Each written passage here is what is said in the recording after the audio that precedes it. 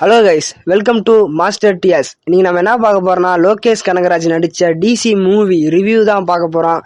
வீடியோக்குள்ள போறதுக்கு முன்னாடி நம்ம சேனலை சப்ஸ்கிரைப் பண்ணிக்கோங்க. ஓகே, வாங்க வீடியோக்குள்ள போலாம்.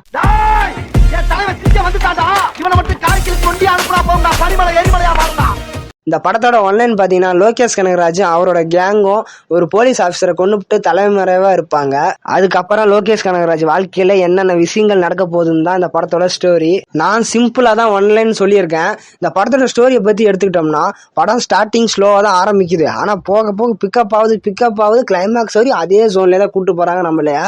என்னடா இது ரொம்ப போரா இருக்குன்ட்டு ஒரு சீன் கூட படத்துல சொல்ல முடியாது. அவ்வளவு சூப்பரா எடுத்து வச்சிருக்காங்க. இந்த படத்தோட ஹீரோ யாரு? லோகேஷ் கனகராஜ் தானே. ஆனா அவரு கிடையாது. இந்த படத்தோட ரியல் ஹீரோ யாருன்னு பாத்தீங்கன்னா நம்ம அனிருத் தான்.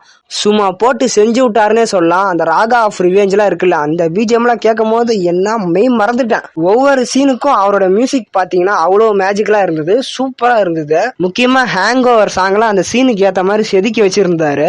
பேக்ரவுண்ட் ஸ்கோர் எல்லாம் சூப்பராவே இருந்தது. அனிருத் பாத்தீங்கன்னா இந்த படத்துல ஒரு தாறுமாறான மியூசிக்கா போட்டு விட்டுருக்காரு.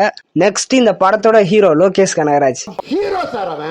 ஓ மை காட், அவரு இந்த படத்துல செம்மையா நடிச்சிருக்காரு. ஏதோ ஃபர்ஸ்ட் படம் பண்ண மாதிரிலாம் கிடையாது. 100 படம் நடிச்சுட்டு 101 படம் நடிச்ச மாதிரி தான் நடிச்சிருந்தாரு. அவருடைய ஆக்டிங் ஸ்கில் அந்த மாதிரி இருக்கு இந்த படத்துல. அவரோட கண்ணே நடிக்குது, அந்த அளவுக்கு சொல்லலாம். சூப்பரா நடிச்சிருக்காரு. கூலி படத்துக்கு அப்புறம் தலைவன் நிறைய ட்ரோல்ஸுக்கு ஆளாயிட்டாரு. நிறைய ட்ரோல் பண்ணாங்க, எதுக்கு தேவையில்லாத வேலை, இவர் டைரக்ஷனே பண்ணாம எதுக்கு நடிக்க போறாருன்ட்டு நிறைய கேள்விகள் இருந்தது. அந்த கேள்விக்கு எல்லாம் பதிலடி கொடுத்திருக்காரு லோகேஷ் கனகராஜ். அவசரப்பட்டு அடிச்சிட்டீங்களே சார். மன்னிச்சுக்கப்பா. நீ வேணா ஒரு அடி அடிச்சுக்க. இந்த அடி பரவாயில்ல. அடி தப்பு செஞ்ச யாரா இருந்தாலும் தண்டனை அனுபவிச்சு தான் தேரணும்.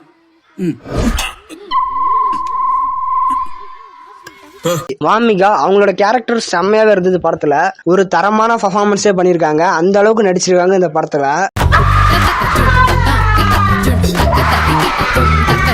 அதே சமயம் சஞ்சனா அவங்களும் சூப்பரா பெர்ஃபார்ம் பண்ணியிருந்தாங்க இந்த படத்துல. செம்ம ஆக்டிங்.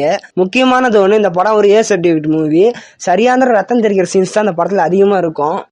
வயலன்ஸ் இந்த படத்துல ரொம்பவே அதிகம். கிட்ஸோடையும் ஃபேமிலியோடையும் போய் இந்த படத்தை தியேட்டர்ல உட்காந்து பார்க்கவே முடியாது. இந்த படத்தை அவங்க ஒரு PG-13 மூவியாவே எடுத்துக்கலாம். ஆனா அவங்க R-rated எடுத்தது நல்ல விஷயம் தான். இந்த படம் ஆரம்பிச்சு முடிகிற வரைக்குமே ஸ்கிரீன் கூட நம்மள கட்டி போட்டு வச்ச மாதிரி தான் இருக்கும்.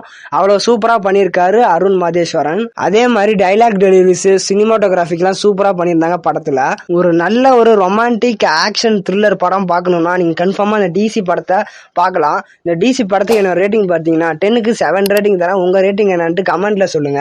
லோக்கி அண்ணா படம் ரிலீஸ் ஆகி ஹிட் ஆயிடுச்சு. ஆக்டிங்கும் சூப்பரா தான் பண்ணியிருந்தீங்க. நெக்ஸ்ட் ஆக்டிங்கே போகாம டேரக்டரா வாங்க. இப்போ நெக்ஸ்ட் அல்லு அர்ஜுன் கூட உங்களுக்கு ஒரு ப்ராஜெக்ட் இருக்கு. அதை முடிச்சுட்டு LCU கண்டினியூ பண்ணுங்க. ஆஸ் அ டேரக்டரா கம்பேக் கொடுக்கறத பார்க்க நான் வெயிட்டிங்ல இருக்கேன். ஓகே கைஸ், இந்த வீடியோ பிடிச்சா லைக் பண்ணுங்க, ஷேர் பண்ணுங்க, கமெண்ட் பண்ணுங்க. மறக்காம மாஸ்டர் டிஎஸ் சேனலுக்கு சப்ஸ்கிரைப் பண்ணுங்க. தேங்க்ஸ் ஃபார் வாட்சிங். அடுத்த வீடியோல சந்திப்போம். Tata, bye bye.